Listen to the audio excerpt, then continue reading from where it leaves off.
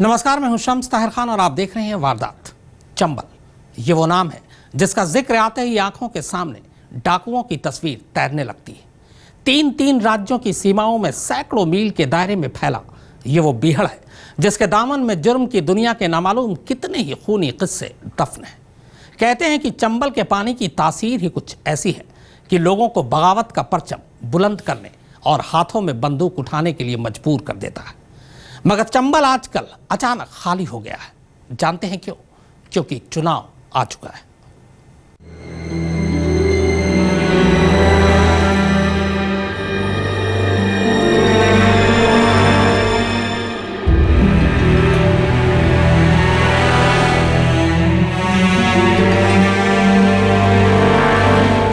दरदरी मिट्टी के ऊबड़ खाबड़ टीले, घनी कटीली झाड़ियां और बल खाती नदी।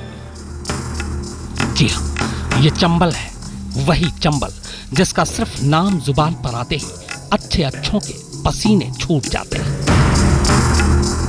जहन में खूंखार डाकू और डाकुओं के खौफनाक अड्डे तैर जाते हैं। न जाने चंबल के इस बीहड़ के किस कोने में कौन डाकू छुपा हो। न जाने कब किधर से अचानक गोलियां बरसने लगी। आम तो आम इंसान, खुद पुलिस वाले भी बगैर पलटन के चंबल में घुसने से पनाह मांगते हैं।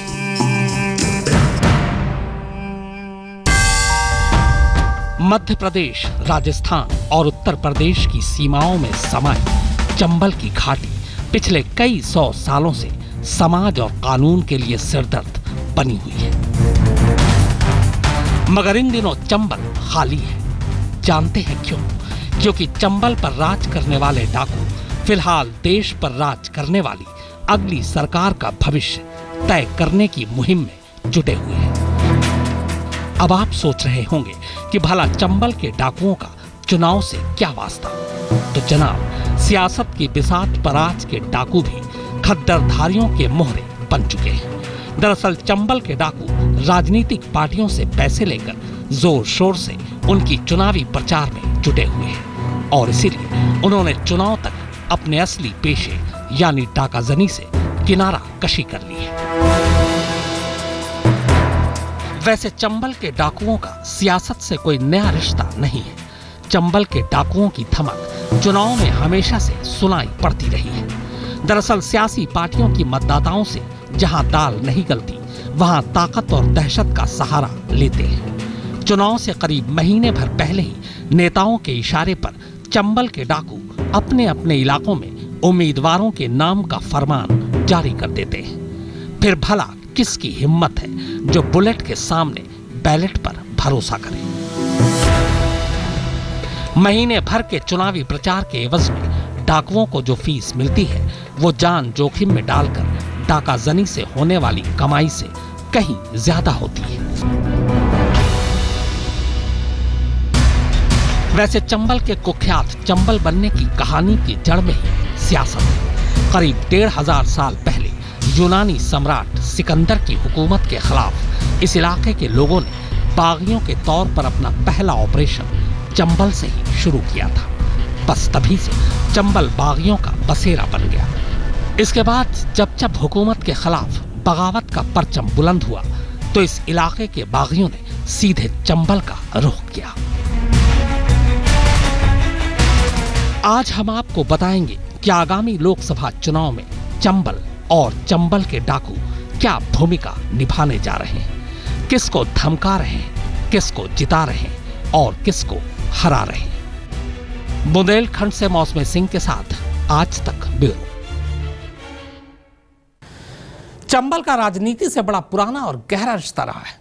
ऐसा कोई चुनाव नहीं हुआ है जिसमें चंबल के डाकुओं ने हिस्सा न लिया हो, चाहे खुद चुनाव लड़कर या फिर चुनावी मैदान में उतरे उम्मीदवारों के समर्थन या विरोध में फरमान जारी कर। और इस बार फिर तस्वीर वैसी ही है।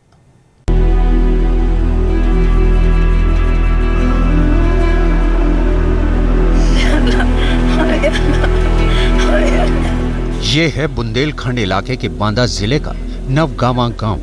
पूरा मुल्क बेशक लोकतंत्र के सबसे बड़े त्योहार यानी चुनाव के शोर से सराबोर हो, लेकिन पूरे देश से अलग यहाँ दिन के उजाले में भी सन्नाटा पसरा हुआ है।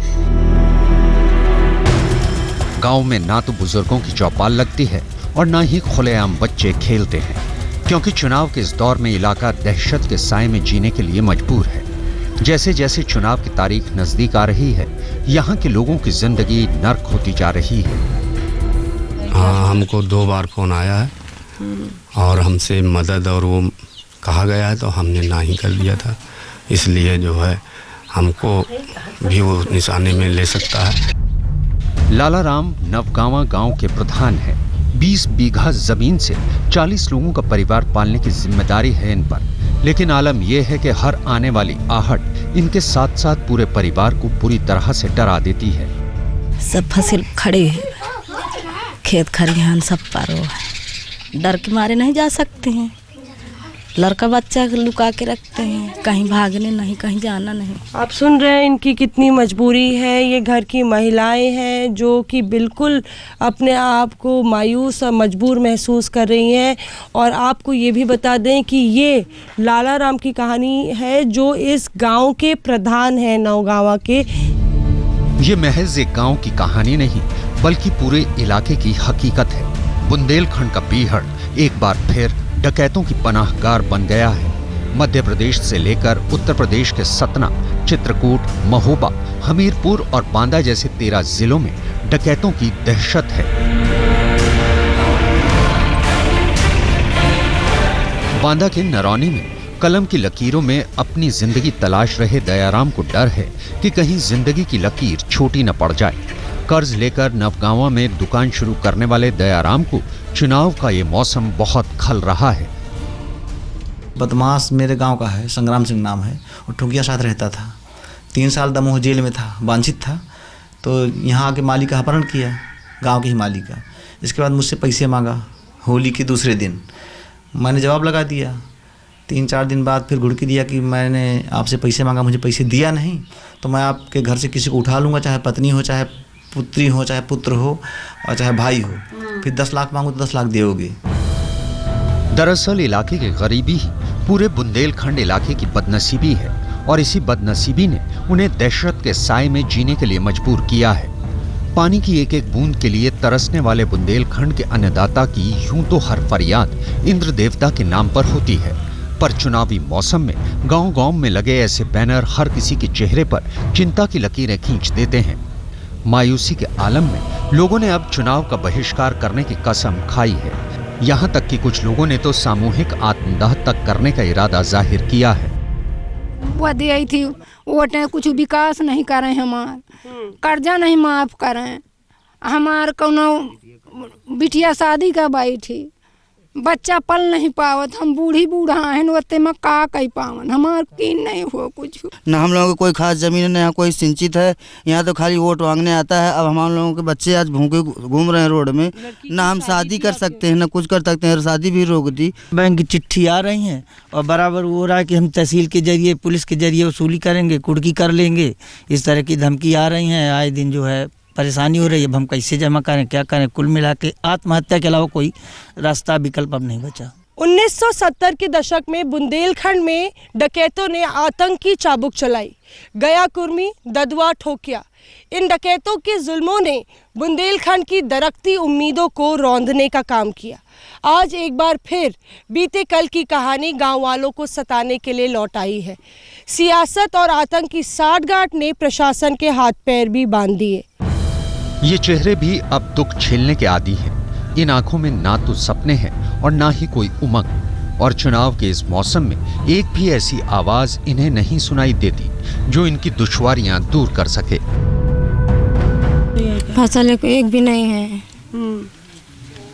ही नहीं है, एक भी है, पूरा सूख गया है खेत। अरे अब परेशान है तो लड़का हाथ छोड़ के एक बिटिया सहाली।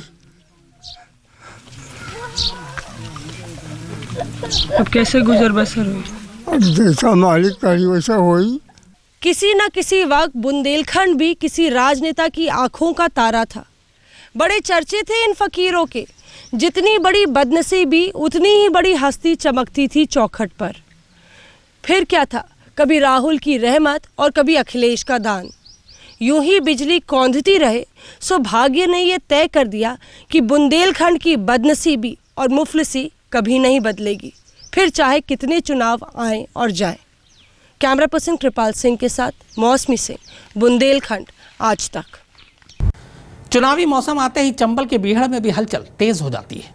यहाँ अलग अलग पार्टियों के उम्मीदवारों के साथ साथ अलग अलग डाकुओं के गिरोह भी अपने अपने उम्मीदवारों को जिताने के लिए अलग अलग हथकंडे अपनाते हैं, और इनमें सबसे असरदार तरीका है खौफ का। यहाँ चुनावी नारों से ज्यादा उस फरमान का असर होता है जो इन डाकुओं की बंदूकों की नाल से निकलता है। बांदा लोकसभा सीट का सफर इतना आसान नहीं है। यहाँ से सत्ता के गलियारों का रास्ता संगीनों के साए से होकर गुजरता है। दरअसल आज भी इस इलाके में डाकुओं की धमक सुनाई देती है। बांदा की जमीनी हकीकत ये है कि चुनाव आते ही बीहड़ के डाकुओं के गिरोह अपने अपने उम्मीदवारों को चुनाव जिताने के लिए मैदान में उतर पड़ते हैं। मेरा पूरा विश्वास है कि अगले 1 महीने में हम सिचुएशन को अंडर कंट्रोल भी ला पाएंगे और एक निष्पक्ष चुनाव भी करा पाएंगे। ददुआ के साथ ही रहे R.K. पटेल बांदा से बीएसपी के उम्मीदवार हैं, जो इससे पहले समाजवादी पार्टी के टिकट पर चुनाव जीत चुके हैं। सपा ने भी उनके खिलाफ ददुआ के भाई बाल कुमार पटेल को टिकट दिया है। दोनों पर हत्या की कोशिश, मारपीट, अवैध वसूली और डकैतों को संरक्षण देने जैसे दर्जनों मामले दर्ज हैं, और दोनों ही एक दूसरे पर दहशत फैलाने का आरोप लगा रहे हैं। बांदा के लोग अमन चैन का वातावरण चाहते हैं, सुकून चाहते हैं। जब हमें सुकून नहीं रहेगा तो फिर कोई काम संभव नहीं है। गांव का खेतिहर मजदूर भी आज सुरक्षित नहीं है। कानून व्यवस्था नाम की चीज़ ध्वस्त हो गई है और बड़े पैमाने पर आज असुरक्षित है लोग। R.K. पटेल कहाँ के दूध के धूले हैं। R.K. पटेल पहले अपने गिरेबान में झांक के देखें, और मैं तो कहता हूँ कि उनके कॉल डिटेल से निकाल के मंगा के और चेक कर लिए जाएं। और ऐसे बयान अगर वो दे रहे हैं तो हमारे मोबाइलों के कॉल डिटेल मंगा के चेक कर लिए जाएं। जो दोषी हो उसके खिलाफ चुनाव आयोग कार्रवाई करे। बुंदेलखंड की सियासत पर बंदूक की राजनीति हावी रही है।